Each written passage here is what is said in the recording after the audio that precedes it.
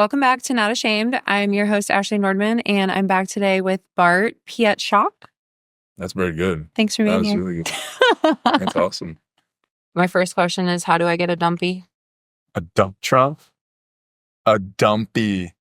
Now, you have to clarify because this is a great topic. This needs to be addressed. Wow, okay. There's strong feelings on dump trucks right now. Like an actual dump truck or an ass? An ass. Okay. I don't have an opinion on dump trucks. I'm like, do we like Mac? Is that the brand we're into? Peterbilt. Peterbilt. Fucking nothing. Or nothing. Okay. True story. All right. Asses have become so popular that so many girls are now injecting fat and cellulite from one spot into their butts, and they're creating a butt out of fat. And I'm here to tell the human race to stop fucking doing that. Okay? Anybody who has any sort of fitness background, anybody who's involved in the gym, anyone who gives a shit about health can clearly see that it is not muscle. And we are in understanding that an ass is a muscle. Yeah. So if your ass jiggles for half a second after you stop moving, that is not an attractive thing. Like men don't like that? Fuck no. Okay. The ones that think they like that have either not experienced one in real life and they just scroll through Instagram and see a girl bent over in a thong and they're like, oh, look at that ass. Yeah. Right? Yeah. Or they really don't care what you look like and will take anything and just assume that that's good. So any dude who is worth a damn when it comes to like any physical appearance or health, if you have twigs for legs, you have kind of a muffin toppy, and you're standing there and I can see your ass from the front, not a good look. And girls need to stop doing that. Okay? Yeah. Strong single leg movements, hip thrust, deficit step ups, squats, deadlifts, like the things that actually grow a glute, that's what makes your ass look good. And if you get frustrated because you're like, I have a big ass, but it just doesn't look right, it's because it doesn't move. Yeah. A good ass, when you bend over, needs to stay high. It needs to stay firm. If it just flops around wherever you are, that's why you're unimpressed with your own ass when it's out of clothing. I'm sure it looks good in leggings. I'm sure it looks good in the fucking tight pants and all that shit. But the reason why you're self-conscious to go into a bathing suit or whatever is because you have a muffin top sticking out of the back of your butt. And it doesn't look good. Like a muscular ass is going to look great in a swimsuit. It's going to look good all the time. Yeah. Like the goal should be to look good naked. Yeah. And like, I don't think that that's like a thought out process with a lot of shit now. Yeah, that's so true. Right? Yeah. I mean, for girls, now there's for dudes. I've seen like inserts for shoes that make dudes taller. No way. For sure. Yeah. Just own what you've got. What do you do when you finally get the chick and it's like time to step out of your shoe? And then you have to reveal you know what I mean? Really like it's like you lower by an inch getting ready for sex and she's like, what the fuck? You're hoping that she just goes, fine, you might as well since you're here? I don't get it. But the same thing with chicks have been doing that for years, right? Like the tight waisted like pull-ups and then chicken cutlets for the boobies and then like there's pads for your butt and like what do you do when you finally get the guy? Like when you take all that off, what do you're like butt naked, you're like, this isn't what I signed up for. Well, if the dude's still down, then you didn't have to do all that shit in the first place. True. You know what I mean? So much effort wasted. For what? Why'd you buy all that shit? You think people really get BBLs and injection in their ass? Yeah. I really don't feel like that's real. Oh, it's so apparent. Seriously? It's so easy to see. It's so easy to spot. I'm going to start looking now. If the butt, like you can tell, like if there's no actual quad or hamstring. Yeah. Like you can just tell if someone has muscle or doesn't. Yeah. I mean, I don't know. For someone who's in the fitness world and like I see muscles all day, every day. Yeah. It's so easy to tell. Like when a person walks, you can see muscles contract. And so if this person walks and nothing's going on but blah, blah, blah, blah, blah, that's fat. I saw this girl at the airport and I swear to fucking God, it was like a wave in the ocean while she walked. It was like It's weird. And she definitely had a BBL, now that you say that. And it doesn't, like... It doesn't even match. It doesn't, but like, I'm sure bent over it looks great. Because like, that's like the Instagram thing. Yeah. Like, she has 15 bent over photos. Yeah. Whatever, right? On social media, she's probably viral, but in real life, it looks horrible. It looks weird. Yeah. It looks weird when you sit down and you've got like an extra like 3 inches on each side. Yeah. You know what I mean? Like you have a tiny waist and I don't know, man. I just think that everyone exaggerates everything and like girls take it to a spot and then the guys pretend they like it because they don't know any different. And then like the girls go, if you like that, watch this. And then it just spirals out of fucking control. I don't know if it's the dude's fault or the girl's fault. Because like, I don't know if you agree, but like, I'm assuming everything dudes do is because they think chicks like it. And everything chicks do is because they think dudes like it. I don't see why that wouldn't be the case. You know, like why would a girl try to look good for... I mean, yes, there's probably people listening there and be like, well, I just do it for myself. Well, yeah, but you also want a partner. And that's like innately in your brain that you want to like not be alone. Well, but so like my point is has there ever been a dude who's like, you know what, I would definitely date that girl if her eyebrows were different? No. No. But every girl gives a fuck about her eyebrows. Yeah. And no dude cares about your eyebrows. But I think it's like the overall like look. Like women, women want to look like they take care of themselves and like they want to be like visually pleasing, like everyone does, you know? So it's like, yeah, you're not going to pick someone over their eyebrows, but like their entire look, if they look like a scrub, you're not going to be like into that. That's valid. I guess I didn't think about that. So if they had a unibrow, you're like, she probably don't really take care of herself. If you had yeah. Like a fucking caterpillar. You question someone that's like, you couldn't just go, zzz, you know what I mean? Exactly. Like that would take 5 minutes. Such an easy. That was a choice. Exactly. That you didn't exactly. choose. Like, yeah. Because if I let mine go, like it will fill in fat. For sure. It will fill in fat. All men, I feel like, are just hairy fucking beasts. That's why I love that you cut your hair. It looks so good. We're going straight Viking. Yeah. Well, looks good. That's why I have to own my own stuff because I don't know if I get a job anywhere, you know? Yeah, that's why you have to own it. You have to just make your own job. I think when you committed to the tats and the vibe you have, you were like, full send here. I'm just owning my shit. I still haven't done too bad because like my hands aren't done, my neck's not done, my face isn't done. I don't really plan to. You're not going to get a big neck tattoo? Neck tattoo? It's just going to say neck tattoo. I think neck tats are kind of hot. Really? What kind? What on the neck would look good? Because I've seen some... I feel like most neck tats are really not good. Now that you say that. Are you paying attention to what you've seen? It's either an eyeball or a skull or like angel It's always wings, on the side. Angel wings or like the praying hands. It's a praying. Right? That's what it is. It's a rose. He's got a cross right there. Like, tell me how you definitely don't follow Christ other than putting a fucking Christ tattoo right on the side of your temple. Like, that's a for sure that's not the case. I feel. I don't know. Maybe I'm just being judgmental. So judgmental. As you are the most probably judged man I've ever... Yes. Do you feel like you get judged? I don't know. I don't care. Be honest. No. I'll be honest with you. Do you think people judge you? You think people look at you and they're... I think they do. I think people are intimidated as fuck by you. When I see you at the gym, I'm like... Even I, who knows you very well, sometimes I'm like, hey, I'm just gonna let him do it. Really? Yeah. Because of the intensity? Yeah, you're intense. Yeah. But I don't like walk through schnooks like that. No, but when you're a giant man with muscles and tattoos and the mohawk, people are probably like, he fucking means business. Okay, so rhyme into the reason. So I think that there's a huge benefit to be authentic, okay? So like I'm being as authentic as I can be, right? Yeah. That's like my thing. I very organic and authentic is what I strive for every day.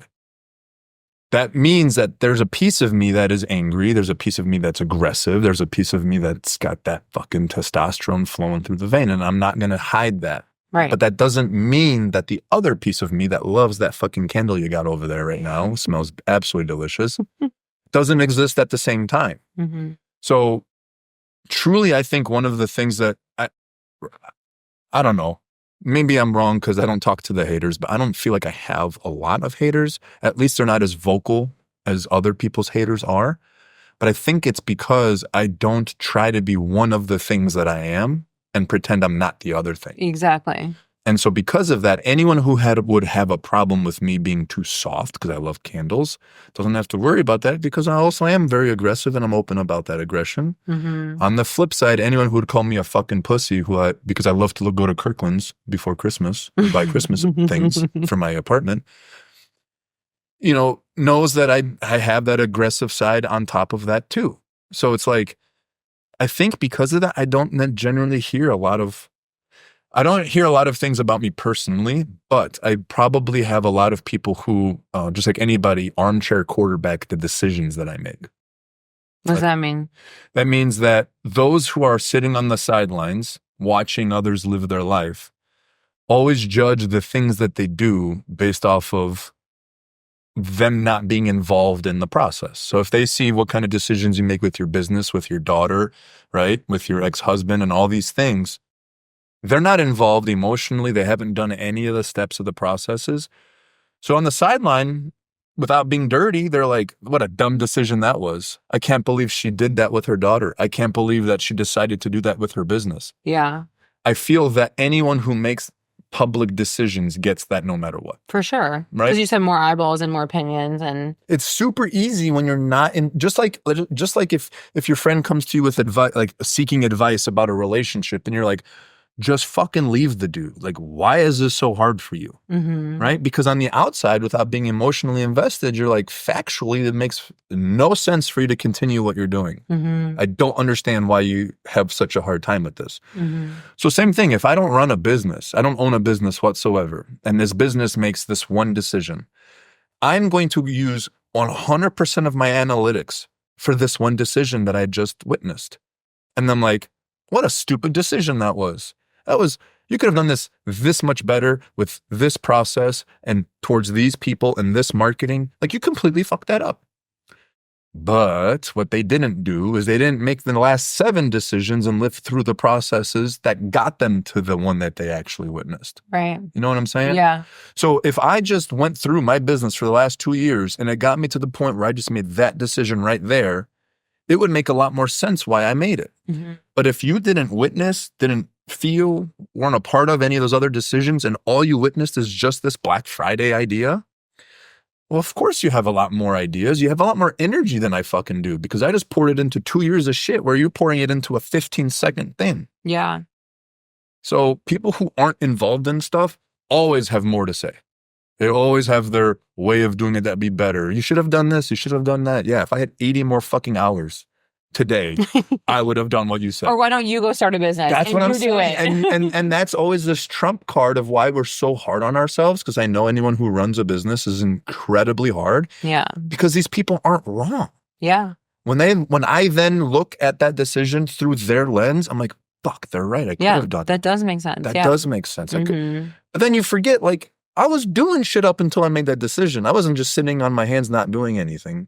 Well, and you made the best decision you could with, like, the opportunities and the thoughts that you have. Like, you're just making the best out of what you're capable of, and other people's perspectives are always going to have other things they bring to the table. Which is, again, the thing to remember, because if they did make that one decision better than you, that doesn't necessarily mean that the last 7 that you made on your own without their advice would have went the same way. It doesn't make you incapable. Yeah. Exactly. You just might have made a mistake, but that's part of running a business, is you just take a risk, and sometimes it fucking doesn't work out, and then you get the feedback and you just learn and pivot. Which is, I think, where we could maybe benefit from listening to these people, because I think, everyone hears everyone talking shit, so they're like, don't listen to the haters.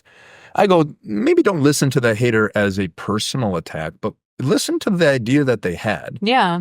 And go, if there's validity to it, take something from it. Mm-hmm. Be like, oh, that's a perspective I didn't really witness. Now, the rest of that human sucks, but that idea that they just did, that's a good fucking idea. Yeah. And then you can benefit from the haters and the people who talk shit and the armchair quarterbacks. Well, and sometimes they bring up things that you just don't think of because it is a different perspective. And while their approach is horrible because they're like shit talking you, it also kind of opens you to be like more open-minded, or like, okay, maybe I was a little like careless in how I said something or shared something, and I did like offend somebody or whatever, and obviously there's better ways of going about it than shit talking someone online, but you can at least like take what you want from it. Yeah. And that's kind of how I've been with all my fucking hate I get too. The thing I think that we need to always like keep in mind, and this is why I'm having a community of other people who are also running shit is important, is it doesn't mean that you're not qualified to do what you're doing. Right. Right. When you listen to people who aren't doing what you're doing, them having points of where you've fucked up does not, deflate the fact that you belong doing what you're doing and you need to continue doing it and pour into it and keep trying hard. It doesn't mean that you don't belong as an entrepreneur. It doesn't mean that you don't belong as the runner of your business, because the fucking balls it takes to just do it already qualifies you to do it. Exactly. That's it. Because how many people are actually doing it? Very few. Most people just dream. They're not doing it. And that's what I always like. That's why I love like being around you, because we both own businesses and there's not many people who like actually understand the weight of what we do. Yeah. It's so fucking hard. And it's a lot of like, you have to just be so self-reliant. You're making a lot of decisions yourself and a lot of people depend on you. And I know like we've kind of talked about just like the difference it makes when you feel like someone understands you and believes in you. And I'm still trying to wrap my head around like why that makes everything so much better, but it does. I don't necessarily know the answer, but from a, emotional or feeling standpoint, running things is an extremely lonely position because I have the most incredible staff on the planet. I honestly could not ask for more, capable, loving, understanding, hardworking people. Like I literally couldn't if you asked me to. Yet there's still one that needs to direct, and that's who we are, no matter what. And because of that, we understand that it falls on us. Their ability to accomplish what they need to accomplish falls on us. The direction of the company falls on us. And ultimately their livelihood, although their accountability and responsibility is high, it's still us that decides the direction of what we're trying to do and what's important and what's not important. And we're the final say. Yeah. And because of that, that final say is a singular position. So when you can attach and connect with someone who's also on that same position, there's like an admiration back and forth, I feel like, because it takes a lot to be that person, that strength and that understanding and that patience. And, any person who runs anything knows that if you were to just behave how you are feeling, you would just yell at everybody all fucking day. Yeah. That's all you would do. You'd just be pissed off and just yell all fucking day. Even though they're doing a great fucking job, it's just how it is. Yeah. So when you meet someone else in that same position and there's an understanding, people have to understand, like, I don't like feeling that way. I don't like feeling like I'm angry about things. I don't like feeling that, I want things to be done a different way than they're being done, and I have to patiently wait and I have to explain. So when you have someone else that has that same weight on their shoulders, that support means more because they get it without having to explain it. And I think ultimately what you were talking about is the connection has to do with the communication style and the ability to feel understood. The fact that I don't have to bludgeon myself to death trying to explain myself is so freeing. It's so much less work. It's so much less burden on my shoulders that when I just come home and I just say the day that I had, someone goes, oh, I get it. And they do. Yeah. You genuinely know it. They're not just saying it to make you feel better. They're like actually empathizing because they've gone through those same struggles with you. Well, maybe not with you, but like on their end too. In some capacity, they have a complete understanding, right? Yeah. So then whatever help they provide, support, conversation, whatever, it's coming from a very authentic place. Yeah, it holds more merit. It holds more weight, That's just that familiarity. There's that. I think a lot of connection happens, without language. So body language or energy transfer, just essence, soul, spirit, whatever you want to call it. I feel like that communication is much more important than any vocabulary type of communication. And anyone who's in that same position, you feel the understanding, you feel the support, and then for whatever reason, it creates calmness. And when you're in a position that runs shit, calmness is not a very often felt position. True.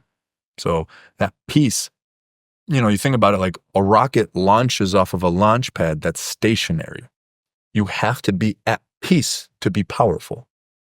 So when you find someone that you can connect with and you create a peace between the two of you, an understanding, a connection, a baseline, when you go then attack your shit, you're coming off a launching pad. You can push off of that. If what you push off of falls away, there's no spring, there's no power, there's no movement. So when you have someone there that's fucking solid with you, you can push off and go attack the day. Yeah. Whoop ass, kick ass, do shit that no one else thinks they can do because you have this springboard that they don't. You're not already like exhausted going into it. Absolutely. You feel like fucking ready to attack it. You don't swim much, right? No. Okay.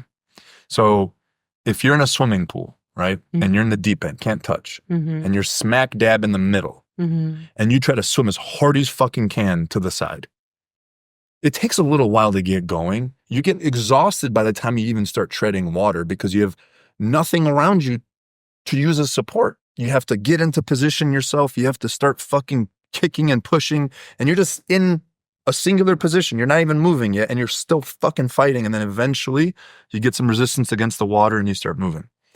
If you're against the fucking wall and you put your feet up against the wall and you fucking kick, right off the bat, you're flying.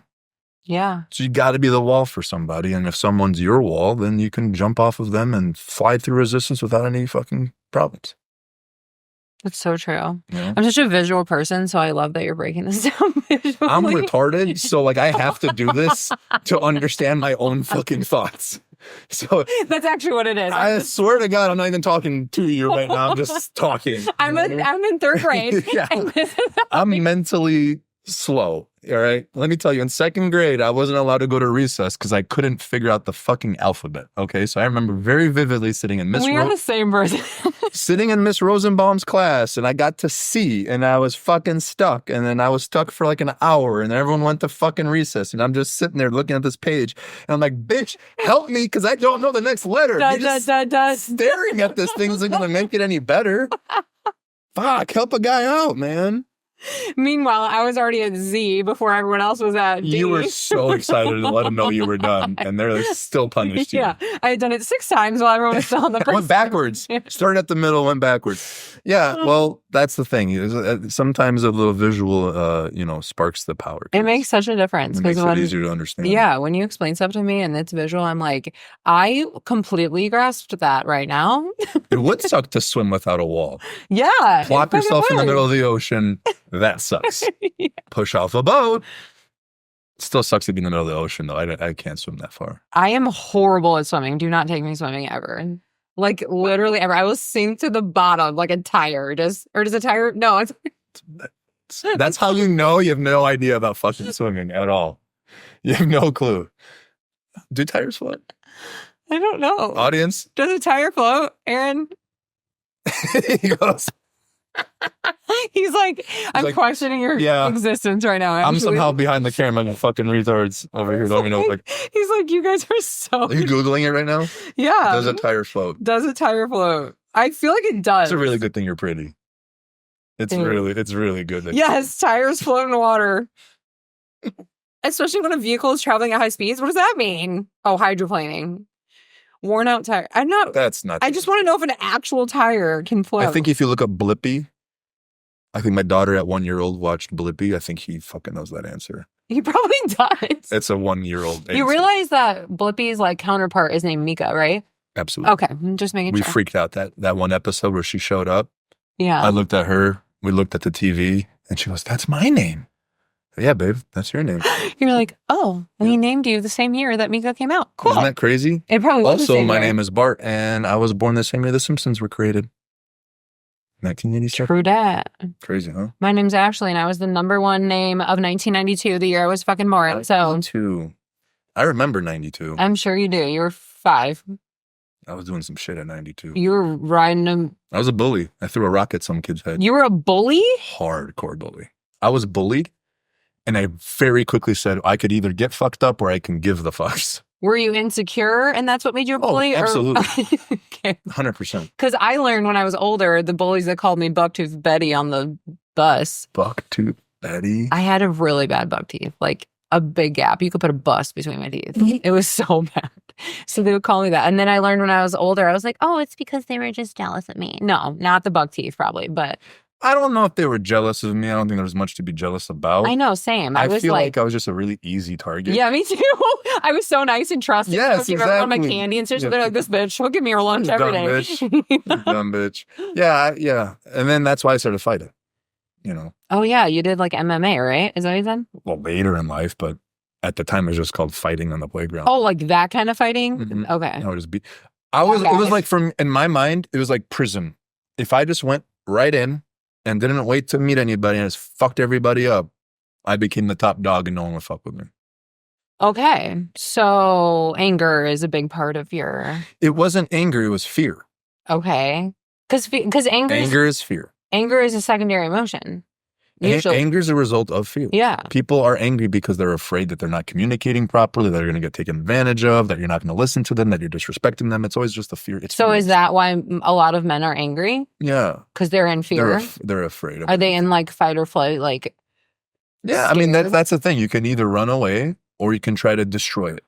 So do some men, like, you think shut down and then others are just going to be like fucking mean or angry? Shut down happens and then anger because anger only comes from not being able to express yourself, right? And not being able to explain, not being able to work through it, and not ultimately being able to get the answer you're looking for, right? So a lot, like, I had anger issues, not because I'm an angry person, but because I always was scared that I was going to be disrespected, taken advantage of, not listened to, all those things, which ultimately, as a man, I think it comes down to I was afraid I wasn't going to be a man. Yeah. And so men generally think that if they're aggressive and angry, that makes them a man. Yeah. I'm dominating you. There's a difference between leadership and domination, right? Leadership is, just a supportive role that helps guide into the direction that keeps everybody the most safe. Yeah. Right? Safe. That's the word. Safe. And I don't feel like anger is always safe. No, it's unhinged. It's kind of almost the opposite. It's a shotgun. Yeah. How safe is a shotgun? Yeah, exactly. You can probably hit the target, but you're probably going to hit a whole other bunch of shit at the same time. Like I would almost argue that like women would rather have safe than like something unhinged like that, for sure. Hey, you've seen American Sniper, the movie? Oh, yeah. Okay, in the beginning, his dad is telling him about sheep, wolves, and sheepdogs. Yes. Right? Some people are sheep, some people are wolves, and some people are sheepdogs. A real man is a sheepdog. A sheepdog doesn't go around fucking anything up or destroying things, or it's just a dog. Until a wolf shows up. And then that sheepdog fucks that wolf up. Wolf goes around fucking everything up. Sheep going around getting fucked up. So a real man is a sheepdog. He's just chill. He's doing his thing. He's fucking docile until he doesn't need to be docile. And then he fucking steps up and takes care of the problem. Selective. That's exactly what it is. And that's how you can be powerful. Just like a sniper rifle is the ultimate weapon because it's extremely powerful on one little fucking spot. It doesn't fuck anything up except for that one spot. Right? So that's how you have to manage yourself is you got to be a sniper rifle, not just fucking shotgun. Everyone's scared of shotguns. When you walk into someone's house and you hear everyone fucking rolls out of there. Why? Because it's uncontrolled. Yeah. He could accidentally fucking kill you. Yeah, you have no idea what's about to happen. No idea what he's going to do. We'll get back to the podcast in just a moment. This episode is sponsored by AN Skin, your answer for all things skincare and beauty. Our medical-grade products, made in the USA, use high-quality ingredients and are clinically proven to give you clear, healthy, youthful skin. Everything is cruelty-free. Visit anskinbeauty.com to shop now and regain your confidence. Now, back to the episode. I feel like the anger thing is huge because it shows up so much. I don't see it as much with women. I feel like it's just not in our like demeanor as much, you know? It is. You think so? For sure. You guys tell me. Are probably twice as angry as us. Really? But you create a manipulative, like a victim mindset? Sneak attack type shit. Like when you pay attention to middle school girls, a boy will go around and just punch a boy and then go play on the playground. A girl will try to you eliminate a human being from existence emotionally. Like get everyone against that. Every single fucking human that girl knows. Everybody's gonna have some dirt on. Like so calculated. And those bitches do that now. They'll go on your Facebook and they'll get everyone, you know. Dude, they'll look at your friends' friends. Yeah. Did you like that picture? They will literally like have sex with humans just to get back to you. Literally. Okay? Literally. That's anger. That is anger. That's unhinged. Anger is just calculated. I think so. And in my experience, I'm trying to say this as well as I possibly can. I feel emotion takes over the judgment and decision capabilities much sooner and for a much longer period of time than it does in men. Okay. I think guys ultimately use logic until their communication breaks down, and then they subject themselves to emotional responses. I think at first there's, and again, there's different levels of maturity. I'm not really saying, you can't make a blanket statement. There's no way. But based on what you know. Generally speaking, in my experience, if there's nothing necessarily wrong, a dude will be very, let's call it naive to what could be going on that's wrong. Meaning, he doesn't make something out of nothing. They're not looking for it. Not generally. Yeah. Most dudes are, I wouldn't say lazy, but we would choose nothing over something. Yeah. They don't want to create chaos. They'd rather just be like, everything's good. Everything's good. She didn't say nothing to me today. We're all right. Yeah. Like we're good for another day. You know what I mean? Yeah. That's why guys do a lot of avoidance. Avoidant for sure. Right? They play video games. They go hunting. They drink beer. They do all these things to like disassociate from potential problems. Mm-hmm. In my experience, women thrive on problems. Mm-hmm. They emotionally attach themselves to unemotional subjects in order to create some sort of thing to work through, speak with. I need my girlies to talk about this, and he didn't look at me today. What does that mean? And because it brings them I don't want to say attention, but it makes them feel important, because then in their friend group, it's like, well, now I have something I need to talk about with the girls and we need to like work through it. Or like, now I've got the tea, and like girls love talking about that shit. I feel like a lot of girls are like that. You're right. Like they create, like there's people in my family that I've seen like in their marriages that have like literally, they cannot just handle boring. There always has to be a problem. They have to create a problem, because it's like, a lot of women, I feel like, are like toxic in that way for some reason, where they just like love the fucking drama. Mm-hmm. Where I'm like polar opposite. I absolutely hate it. Yeah. It's like the last thing I ever want. Like if my life is boring, I'm happy because I'm at peace. Most people aren't looking for peace. They think they're looking for peace. And what I think they do is they think that on the other side of this drama and on the other side of this problem, they will find peace. So if I can figure out why he didn't look my direction today, then I can figure out what that means, and then we can have peace afterwards. But like, if that's, we talk about the law of attraction. If that's your goal, then the universe will consistently give you your goal. So if you solve this problem and you thrive on there being a problem to solve, the universe is like, here's your next one, and here's your next one, and here's your next one, and here's your next one. So if you thrive on peace and you have full faith and trust, and we talked about it, knowledge, I know that we're good, then the universe just keeps making that true until it isn't. And then you go, oh, this isn't that. And then you can fucking move on and disassociate very quickly. Mm-hmm. It doesn't take you a whole lot of process to figure out something or someone isn't working, because you go, peace is my answer, not traversing drama. Does that make sense? Mm-hmm. Right? So if I'm choosing peace first, and I assume that you are here to provide me peace, then I don't look at your actions other than peace is the intent. Now, what it may look like or may sound like, or third party comes and brings me some bullshit, I filter it through peace first. I go, how could that be peaceful first? She talked to two dudes and they were laughing. Okay, well, I believe in peace. I believe we're in peace right now. So, well, I don't know. Maybe they're husbands of the fucking people that buy her skincare product. Maybe she's just being a kind person, because it'd be very awkward to be mean to people for no fucking reason. Yeah. You know what I mean? Mm-hmm.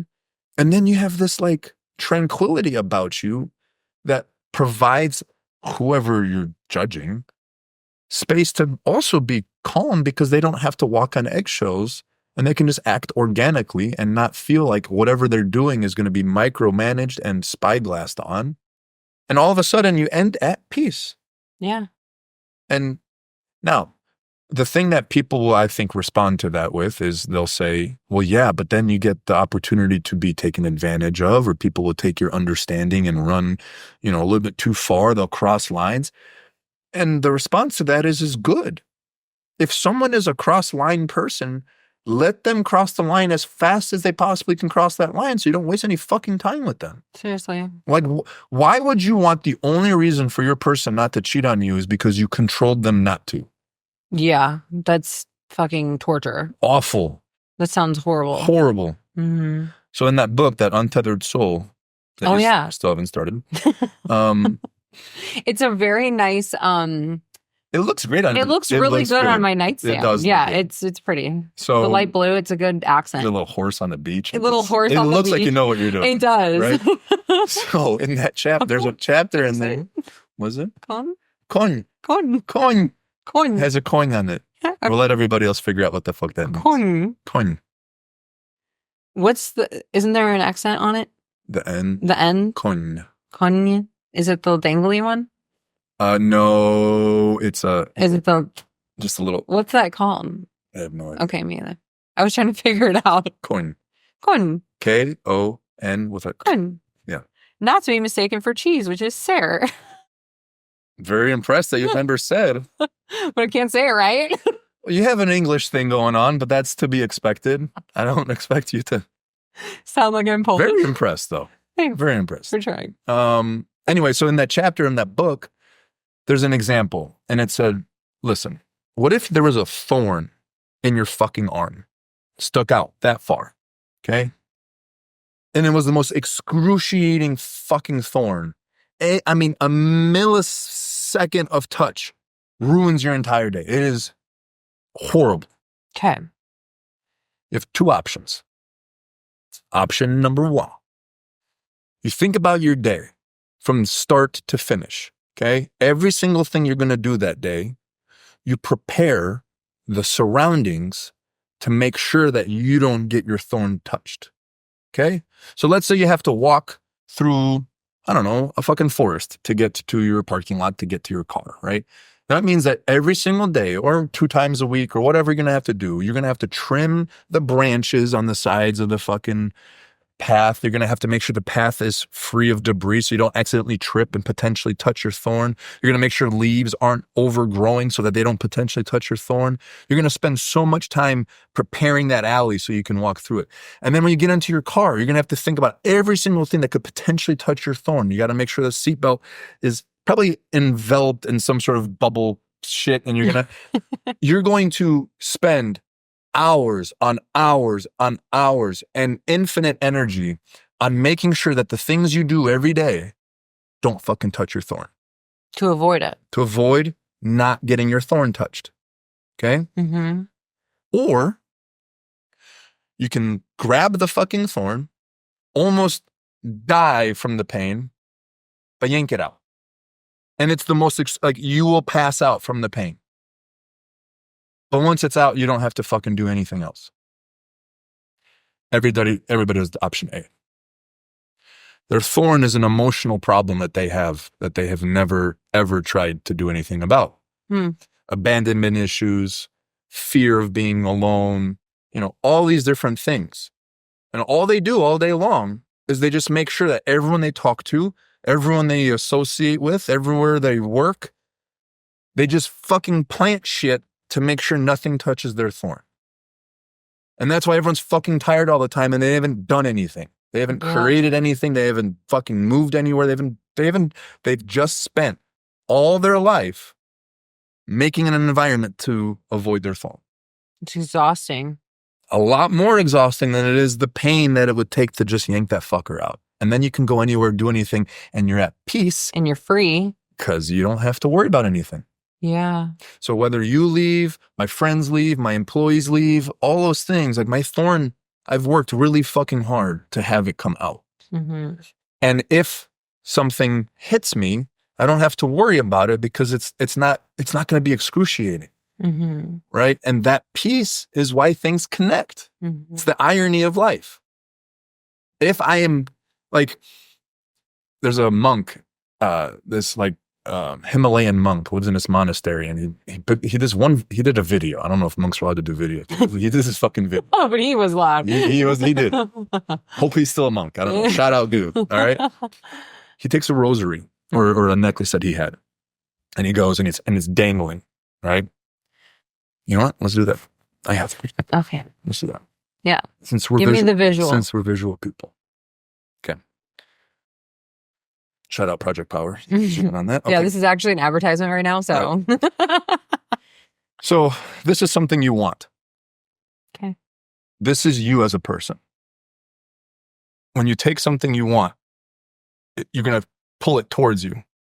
Mm-hmm. And every single second that you're pulling it towards you, it gets closer to the potential of getting away from you. Mm-hmm. Right? Mm-hmm. So it's as close as it can be. And then since you're still pouring it towards you, it swings away. Well, what happens when you try to push things you don't want away? You take it, you push it away. I don't want you. I don't want you. Guess what it goes? Right back at you. So if you just fucking let it be there, mm-hmm. it never fucks with you. And then you can just observe it. And if you don't want to observe it anymore, you look away. Okay. That's a little mind-blowing. Don't pull shit towards you. Don't push shit away. Is that why if something's for you, it's for you? It just is. If you're letting your arm away, you'll finally be able to have it. Yeah. When you have a beautiful flower and you pluck it out of the fucking ground so you can look at it and have it and hold it, what's it do? Dies. Can't. You got to let it just grow in the fucking soil and just go, that's a beautiful flower. I'll see you tomorrow. And that piece is where everyone fucks up because they want it. Or they say no. And all you do is the opposite. How do you find peace? You don't fucking try. You're okay. You have to get to a point where like, and it's not a constant. I'm not saying that that's like this is not a destination. This is not like I'm at peace. It's a way of life. It's a practice. Yeah. Right? Right. Life is just moments. Mm-hmm. That's all it is. It's an average of moments. And if you're looking to the next moment before you finish this moment, you're not in life. You're in anxiety. Yeah. You have to, because you can't do anything later. Later doesn't exist. You've taught me that. Right. Be here right now, mm-hmm. like this. Mm-hmm. And do this as good as this can be done. Mm-hmm. And then what it will be is exactly what it should be. Whether that answer is something that pleases you or displeases you, it's the right answer. Mm-hmm. And then you never know what it is until you look back on it. Because things can be awful because I'm so ignorant, I can't see the future. So I'm assuming this is either great for my future or really bad for my future. But you're not God. You don't know what the fuck's going to happen tomorrow. Right. So how the hell can you possibly think that what's happening right now has anything to do with what you want tomorrow? Can't. It is impossible. We talked about that farmer, right? Yeah. The Chinese farmer. Tell it. You want me to tell it? Yeah. Okay. So Chinese farmer, it's just one guy, wife's died, and it's a son, and they're poor as can be. Mm-hmm. Okay. So son, father, farmers, poor. You are dumb. Just kidding. Yeah. I like story. Me tell. Me tell story. Me tell story. Farmer, daddy. So, anyway, It's fun, canceled immediately. Sorry. So this logo is not. Yeah, no, that's actually. fine. Everything's organic. That's what I own right there. So one day, okay, it's a poor village. So like animals are like the most best currency, right? Cows and horses and stuff. So a Arabian horse, one of the most expensive animals on the planet, just shows up on their property. Mm-hmm. And that's townsfolk. It's a small village. So townsfolk roll over and they're like, congratulations. You're rich. You have a fucking Arabian horse. I'm ripping something up. It's this stupid. You can undo it. No, that's fine. It's like Velcroed on because it's from Bob's Furniture from when I lived in an apartment. Shut up, Bob. They're the That's cheaper. It's cheap as shit, but it works. It does its thing. It won't move. You're just like, it won't move. People are just listening. They're like, is he falling off a cliff right now? I'm ripped into mattress. Yeah, actually, I'm just such a man. I am shredding this scared of me. sofa. No big deal. Back to the horse. Okay. You should talk in that other voice. That was good. Do you like my Barry White voice? Does that do it for you? Sound like that wheelchair guy from Family Guy. I had every Family Guy episode on CD. Oh my God. Or DVD. It's DVD. Yeah. Unless you're just listening to them. I don't know if is it music?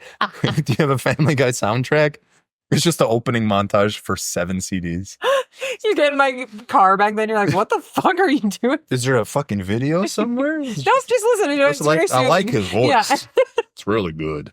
Oh my Anyway. God. Okay, sorry. Fucking horse. All right. Damn it. Village comes and says, hey, you're rich. And the dad, the old farmer, says, we'll see. And they're like, what the fuck you mean we'll see? Like, you're rich. He goes, we'll see. And the next day, his son's trying to ride the horse. Horse bucks him off, snaps his leg. He doesn't have any help.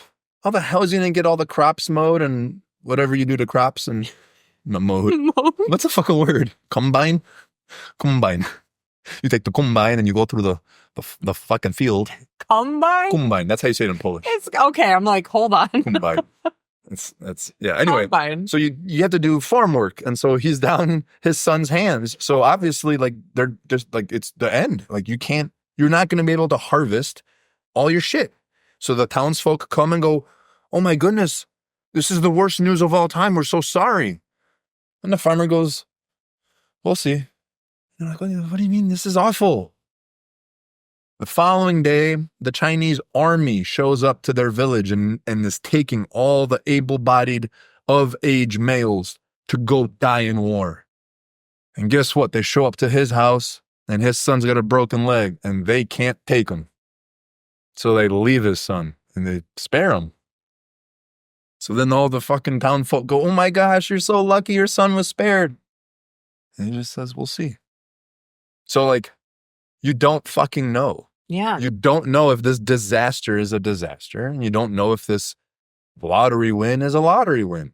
You just don't know. Now, that doesn't mean that you need to just be fucking unhappy all the time. Yeah, right? true. People assume, like, we're such a society that, like, proclaims entertainment that if you're not a level 40, something's wrong with you. You're boring. Yes. There's no entertainment. Like, they're just, right? Mm-hmm.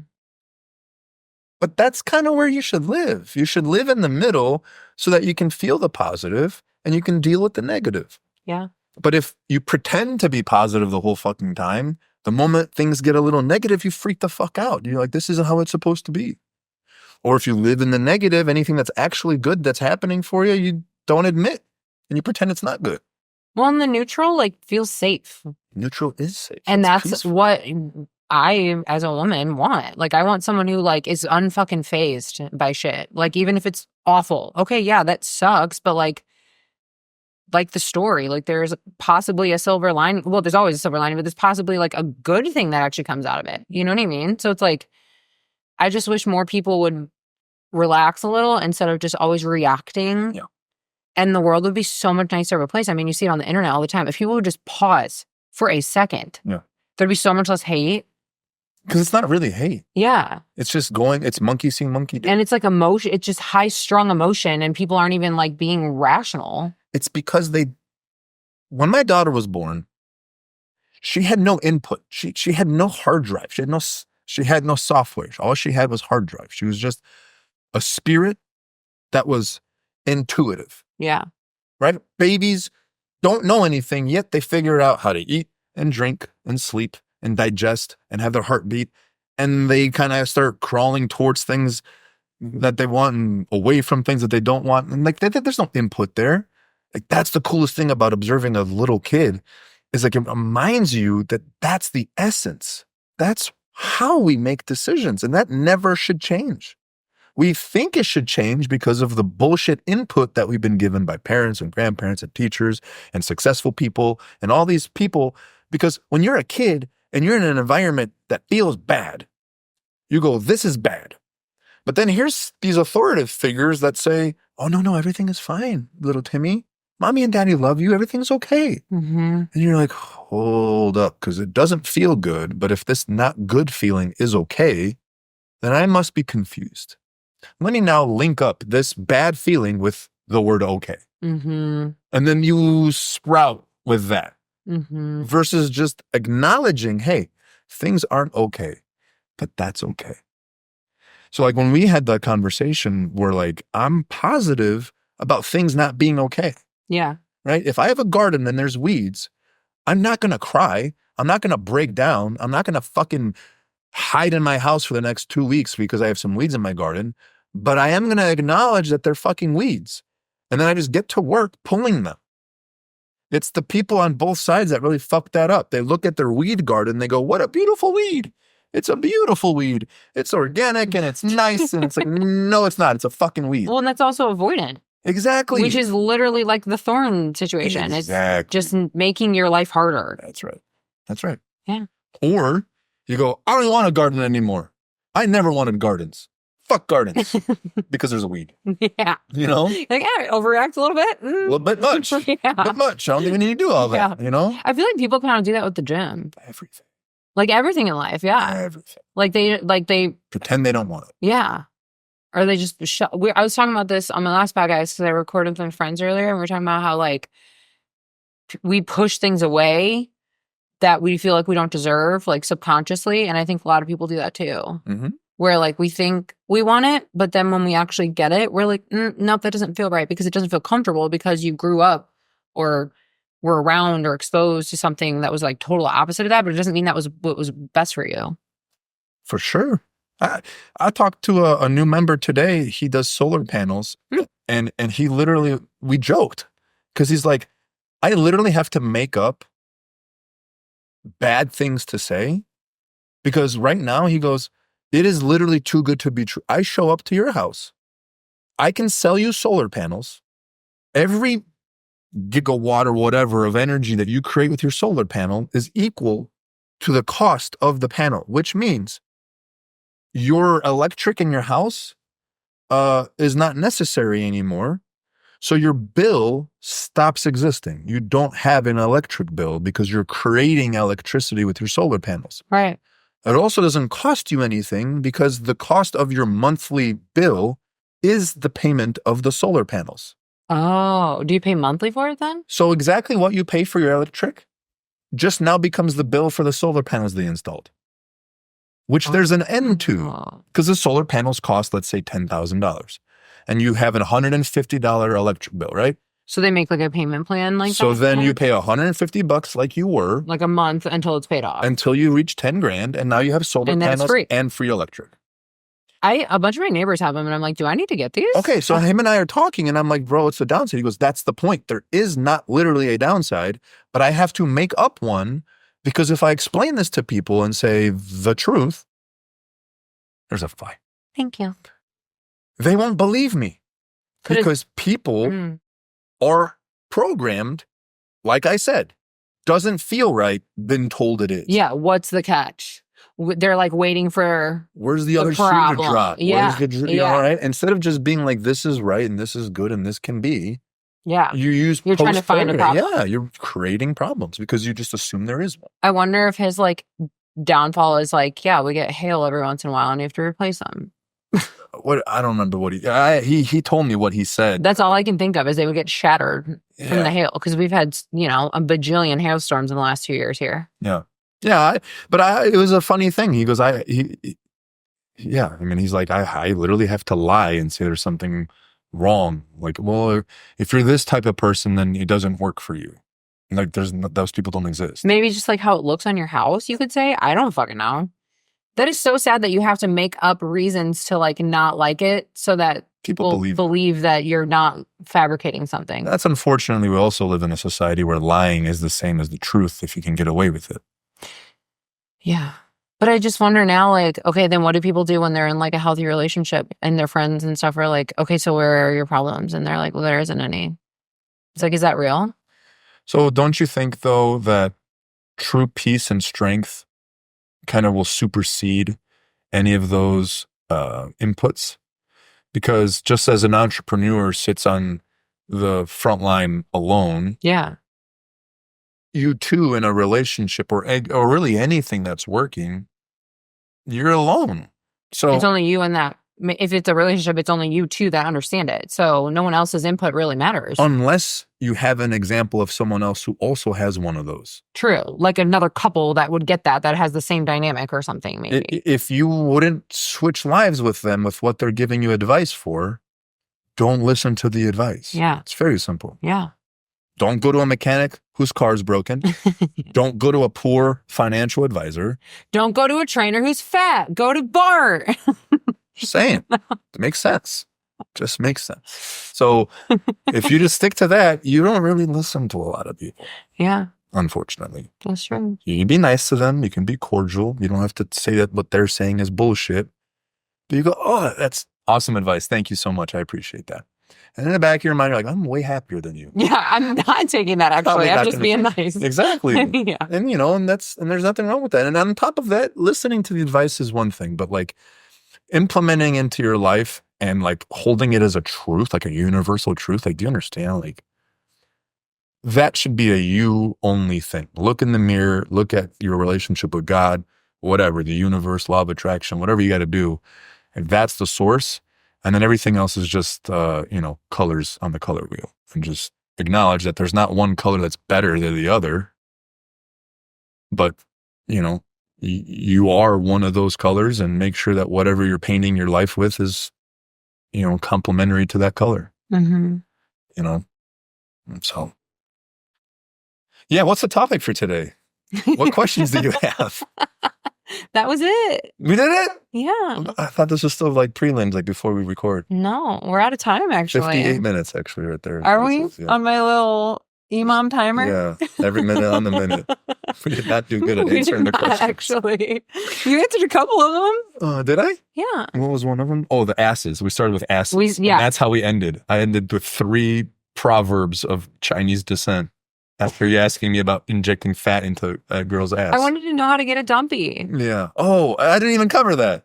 You kind of did. You said don't inject your ass and do single leg unilateral movements.